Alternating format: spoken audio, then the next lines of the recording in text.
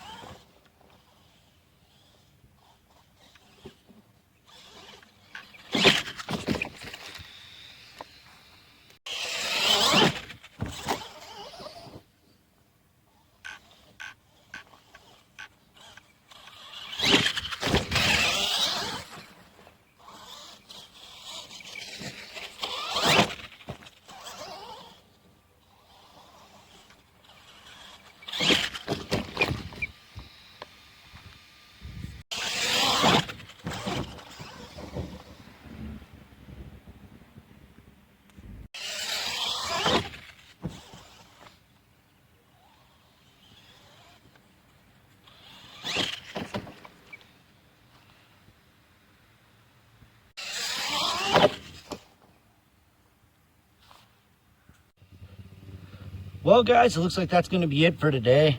Looks like I wasted a servo on this truck. If you look, it's on. I'm trying, but the servo's dead. That's all right. One big front impact on this truck and it wasted it. So it's all good. We'll be back later. Thanks for watching, you guys. We'll see you down the road.